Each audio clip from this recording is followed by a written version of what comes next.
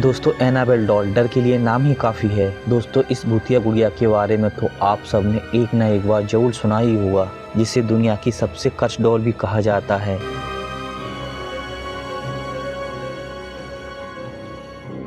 ये डॉल इतनी श्रापित है कि जिसे लंदन के अकल्ट म्यूजियम में एक पवित्र बॉक्स में मंत्रोच्चारण के साथ कैद करके रखा गया है। कहा जाता है कि ये डॉल इतनी ज़्यादा खतरनाक है कि हमेशा किसी न किसी इंसानी शरीर की तलाश करती रहती है, जिससे वो किसी इंसान की शरीर पर कब्जा करके अपने नापाक इरादों को अंजाम दे सके। अभी तक कई सारी हॉरर ब्लॉकबस्टर मूवी इस डॉल पर बन चुकी हैं, जिनमें कंजूरिंग सीरीज की मूवी भी शामिल है। दोस्तों एनाबेल नाम की इस भूतिया डॉल की कहानी की शुरुआत होती है सन 1918 से, जब एक अमेरिकी राइटर जॉनिंग नोवेल ने अपनी एक किताब ट्रेजेडी एंड स्टोरीज में इस एनाबेल डॉल का जिक्र किया था। जॉनिंग नोवेल ने अपने साथ हुए एक रियल इंसिडेंट के बारे में लिखा, जो बाद में काफ़ी चर्चा का विषय बन गया। जॉनी बताते हैं कि एक दिन वो अपने घर के बाहर टहल रहे थे, तभी उनकी नज़र घर के बैकयार्ड में पड़ी एक डॉल पर गई। जॉनी ने उस डॉल को अपने घर में कभी नहीं देखा था, इसीलिए उन्होंने अपने पड़ोसियों से इस डॉल के बारे में पूछा कि कहीं ये डॉल उनकी तो नहीं है, लेकिन सभी पड़ोसियों ने डॉल को पहचानने से मना कर दिया। जॉनी को समझ नहीं आ रहा था कि आखिर ये डॉल किसकी हो सकती है। बाद में वो इस डॉल को अपने घर लेकर चले गए और इसे अपनी बेटी मॉर्सिला को दे दिया। मॉर्सिला डॉल को देखकर काफ़ी खुश हुई। वो सारा दिन उस डॉल के साथ खेलती रहती थी। कुछ समय बाद उसे इस डॉल से बहुत ज़्यादा लगाव हो गया। मॉर्सिला अकेले खेलती और घंटों इस डॉल से बातें करती रहती थी। जब मॉर्सिला की उम्र 13 वर्ष हुई तब उसे एक गंभीर बीमारी हो गई। जब डॉक्टर ने उसे इस बीमारी से ठीक होने के लिए वैक्सीन दी तो उस वैक्सीन ने मॉर्सिला की बॉडी पर रिएक्शन करना शुरू कर दिया, जिस वजह से मॉर्सिला की मृत्यु हो गई। मॉर्सिला की मृत्यु के बाद एक अजीब सी घटना हुई कि मॉर्सिला की मौत से कुछ दिन पहले ही वो डॉल जॉनी के घर से अपने आप गायब हो गई। जॉनिंग ने उस डॉल को काफी ढूंढने की कोशिश की, लेकिन जॉनी को वो डॉल कहीं पर नहीं मिली। इसका सीधा सा मतलब है कि वो डॉल जिस रहस्यमय तरीके से जॉनिंग के घर पर आई, उसी रहस्यमय तरीके से गायब भी हो गई। जॉनी ने इस रहस्यमय घटना को अपनी किताब में वर्णित किया तो लोगों को इस घटना के बारे में जानकर काफी हैरानी हुई और जॉनी इस कहानी से लोगों के बीच काफ़ी फेमस हो गया।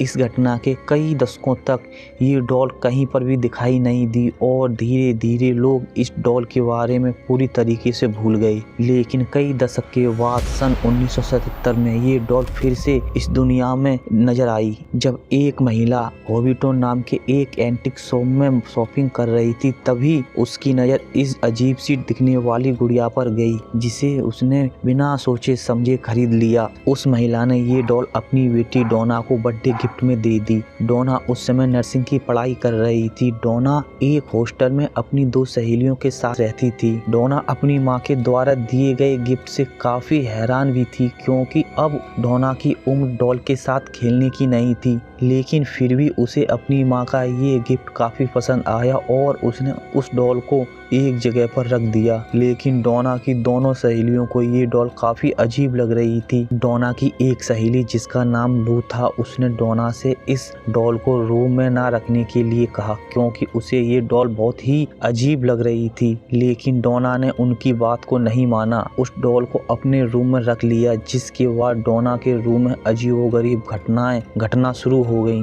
डोना की दोनों सहेलियों ने नोटिस किया कि ये डॉल अपने आप अपनी जगह से दूसरी जगह पर मूव होती रहती है। दरअसल इसका मतलब है कि जब भी डोना और उसकी फ्रेंड डॉल को उस रूम के अंदर कहीं पर रखकर रूम के बाहर जाते, लेकिन जब रूम पर वापस आते तो ये डॉल अपनी जगह पर नहीं मिलती, उसे एक नई जगह पर देखा जाता। इन सब घटनाओं को देखकर डोना की सहेलियों ने डोना को उस गुड़िया को रूम से बाहर फेंक देने को कहा, क्योंकि वो सोचती थी कि ये भूतिया गुड़िया श्रापित डॉल है। लेकिन डोना ने उनकी बातों को नहीं माना, क्योंकि डोना इन सब भूत प्रेतों की बातों पर विश्वास नहीं करती थी। कुछ समय बाद उन्हें कमरे के अंदर एक कागज मिला, जिस पर किसी छोटे बच्चे की राइटिंग में हेल्प मी लिखा था। डोना और उसके फ्रेंड को ये कागज बार बार उन्हें उनके रूम में पड़ा हुआ मिलता।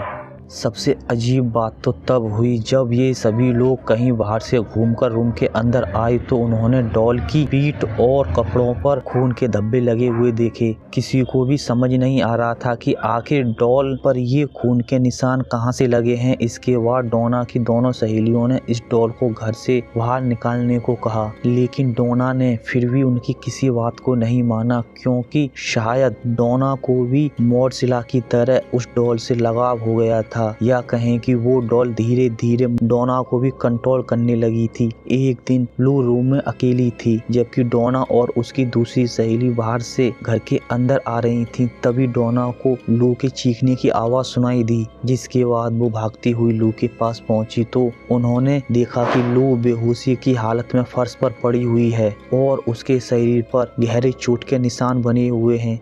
जिसके बाद लू को हॉस्पिटल में एडमिट कराया गया। लू को जब होश आया तो उसने डोना को बताया कि उसके ऊपर ये हमला उसकी भूतिया डॉल ने किया था। ये सब सुनकर डोना बहुत डर गई और उसे अब लू और उसकी दूसरी सहेली की बातों पर विश्वास होने लगा था। इसके बाद डोना और उसकी सहेली हॉस्टल के पास वाले चर्च में गई और वहां जाकर फादर हैगन को उस भूतिया डॉल के बारे में पूरी बात बताई। जिसके बाद फादर हैगन ने डोना को अपने सीनियर फादर कुक के पास भेज दिया। जब फादर कुक डोना के घर पहुंचे तो उन्होंने उस डॉल का इन्वेस्टिगेशन किया। जिसके बाद फादर कुक ने डोना को बताया कि ये डॉल श्रापित है और इस पर बहुत ही खतरनाक शैतानी शक्ति का साया है। फादर कुक ने डोना से कहा कि वो इस मामले में डोना की कोई मदद नहीं कर सकती, इसीलिए उन्होंने इस केस को सॉल्व करने के लिए उन्हें paranormal activity expert Edward Lorraine और उनकी पत्नी लॉरेन डेटा के पास भेज दिया। जब लॉरेन कपल्स को इस डॉल के बारे में पता चला तो वो बिना देरी किए हुए डोना के हॉस्टल में इन्वेस्टिगेशन करने के लिए पहुंच गए। उन्होंने डॉल के बिहेवियर की बारीकी से जांच करने के लिए एक हफ्ता उसके साथ रहने का फैसला किया और एक हफ्ता तक अपनी जांच पड़ताल करने के बाद लॉरेंस कपल ने डोना को बताया कि इस डॉल के अंदर एक बेहद शक्तिशाली आत्मा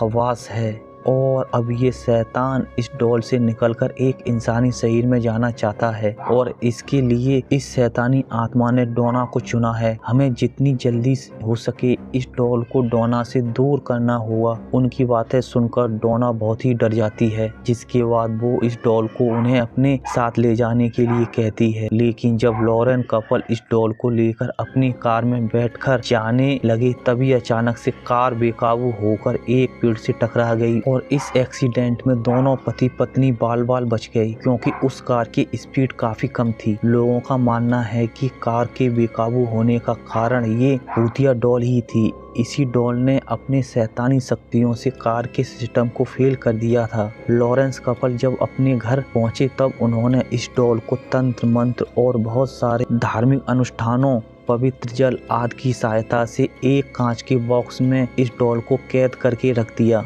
इस डॉल को उन्होंने खुद के म्यूजियम ऑकल्ट म्यूजियम में रखा, जो उनके घर पर ही बना हुआ है। तब से लेकर आज तक ये डॉल वहीं पर रखी हुई है। दोस्तों, एनाबेल डॉल की तरह बहुत सारी श्रापित भूतिया वस्तुएं भी ऑकल्ट म्यूजियम में रखी हुई हैं। हम धीरे धीरे आप सबके सामने उन सभी भूतिया वस्तुओं को एक्सप्लोर करते रहेंगे, लेकिन अभी आपसे हम विदा चाहते हैं। अगर वीडियो आपको अच्छा लगा हो तो प्लीज वीडियो को लाइक और चैनल को सब्सक्राइब करना ना भूलें। इससे हमें ऐसे वीडियो बनाने के लिए मोटिवेशन मिलता रहे और आप सबके सामने नई नई जानकारियाँ लाते रहें।